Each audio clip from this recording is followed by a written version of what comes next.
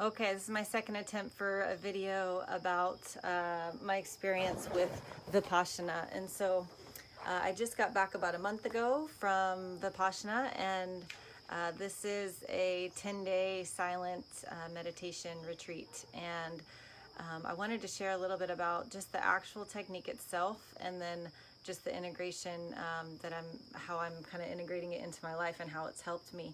I actually didn't know that much about it. I knew it was, a technique. I knew it was a silent meditation retreat, basically. I didn't know that basically every day of those 10 days, they will show you a little bit more of the technique, a little bit more of the technique. And actually the first 3 days are just preparing the mind, sharpening the mind to be able to actually sit and learn Vipassana. I think day 4, they begin teaching it. And so it's 10 hours a day of meditation. It starts at 4 a.m. and 9 p.m. You go to sleep, and besides breakfast and lunch, a lot of the meditations, 60 minutes, 90 minutes, you only have like a 5-minute break. So it's full on. And I can say it was the hardest thing I've ever done, but also the most rewarding thing I've ever done, with the most dramatic internal shifts that happened from it. And so, it's actually, I didn't know this part, but Goenka, who is the teacher that you get video discourses on the theory of it, he teaches every night. You get the videos of him teaching, and he explains how it's the path of liberation. It's the technique that Buddha taught for teaching people the path to liberation. And so it's the actual, kept in its pristine technique. It's still taught exactly the way Buddha taught it. And so every day you get a little bit more of the technique, a little bit more of the technique, sharpening the mind. And you just see how all over the place, your mind is during this process. And then by the end, you're just, it was quite remarkable.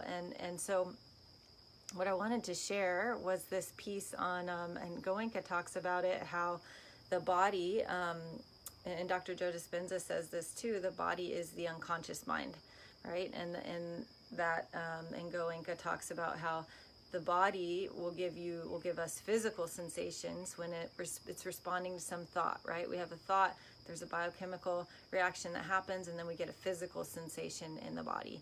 And he talks about this law of reaction, that whenever we actually react to whatever it is that we're feeling, there's a multiplication of that reaction. And so if you can imagine sitting 10 hours a day for meditation, all of the agitation, the anger that comes up, sadness for some people, and then, honestly, just the physical pain that comes up from sitting for that long. And I wanted to share this piece, I think it was about day 7 for me, where I had this breakthrough, where I was sitting, and it was 3 times a day you sit for an hour with the group in the meditation hall, and they call it sittings of strong determination. And you can't move, and you can't leave the hall.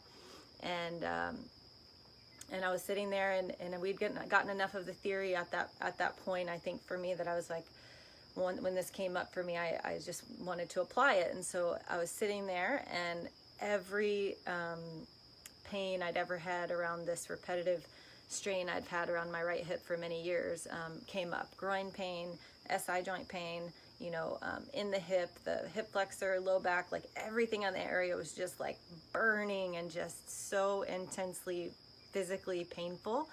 And the whole technique is awareness of physical sensation and learning to have equanimity with it.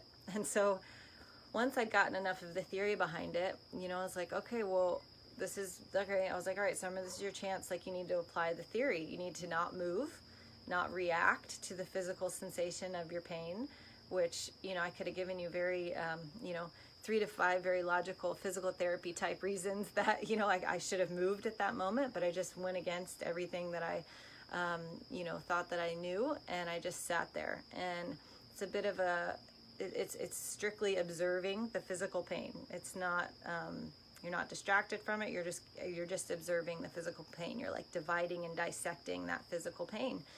And, and I thought it was going to be worse by the end of the session. And what ended up happening was, by the end of the session, the physical pain had totally dissolved. And it was like this total breakthrough for me. I had this like 180 shift in my belief system, because, you know, I was very trained traditionally as a physical therapist. And so my whole schooling has been, how do we fix and how do we change physical pain? You know, not to tell somebody to sit there and observe it.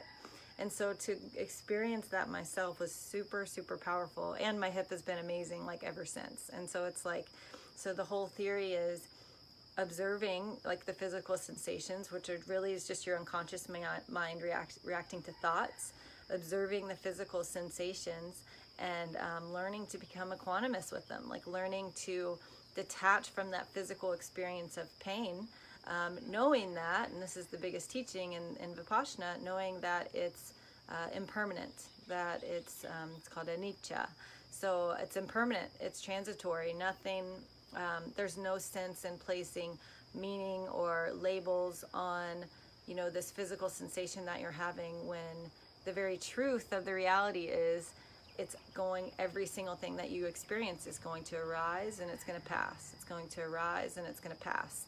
And so that's the whole theory. And so when you've been in, you know, the therapy world like me, or the healing world, where, you know, we're taught to put all this meaning on physical sensation of even emotional stuff. Think about, you know, we say the right side of the body is the masculine, the left side's the feminine, low back pain is related to support, hip pain's related to fear of moving forward, like all these meanings that we throw on things. And I'm not saying that those are necessarily wrong and that they haven't been helpful for me in the past. They surely have. I have just come to a different place along my journey where, and I'd realized this a couple months before I got to Vipassana, where what I was doing before with emotional healing, you know, going back to old, you know, memories and doing the inner child work and, you know, resolving however that old memory, you know, made me feel, all that stuff, like that type of emotional processing, I had come to sort of a roadblock where I saw that it was a loop and it was no longer relevant for me. And I could just tell that what I was sensing, what I was feeling, it was far more endless, it felt like to me, than just going back to one memory and resolving this one time that I felt angry with my father or whatever it was. And so this was a total like paradigm shift for me, and as far as emotional healing goes, because, you know, as far as physical pain, myself just learning to not like put any meaning to it, like that there's no sense in placing meaning on things that are transitory, things that are impermanent, things that are the reality of nature. The truth is that it's only going to arise and it's only going to pass. And so why put meaning on something whenever it's just going to arise and it's just going to pass? And so I've taken on this practice. They recommend an hour in the morning and an hour in the evening, which I've been doing for a month now. And, you know, barely ever any days do I actually want to sit there for an hour. But that's the practice, is actually just allowing myself to feel that feeling that I want to move, feeling agitated, feeling frustrated, feeling physical pain in my body, and actually just like committing to being still for that 1 hour, and committing to just observing. And it's a very specific technique that really you can just, you have to learn it going through those 10 days of Vipassana. It's very specific, but this technique of learning to scan the body and learning to observe physical sensations in the body, and learning to become equanimous with them, learning to have no trace of aversion towards the unpleasant or intense sensations, and learning to have no trace of desire for even like the pleasant sensations. It's like almost like the path of the Tao. It's like my grandpa says, right down the middle, you know? So yeah, I just wanted to share this because it's been really powerful for me, and I could see it on my way home from, I was in Wisconsin doing this, where it helped with my aversion to cold. The whole practice is about learning what your aversions are, learning what your desires are, because both of those things will bring you misery, they say. So getting behind your reaction to those things. And so I was on my way home from Wisconsin to Kauai, and it was 2 full days of travel, and missed a couple flights, like barely missed a snowstorm. There were all these things that normally would have caused me anxiety and frustration. And I could just see, like, coming off that course, that I was just like internally neutral. Like, it didn't matter what happened. And I still feel the effects of the practice today. That's why I keep doing the hour in the morning and the hour in the evening. And I see it in my relationship and my marriage, just really getting behind what my normal reaction would have been to something. Because now I know that if I react to something, then this law of reaction, right? That if I react to it, then it's just going to multiply that reaction. So it's not saying, like, take anger, for instance, that they were saying, you're not suppressing it if you're angry, and you're not, but you're also not like vocally expressing it. You're actually, the practice is to sit with it and to physically observe the sensations in the body. So the whole practice is within the realm of the body.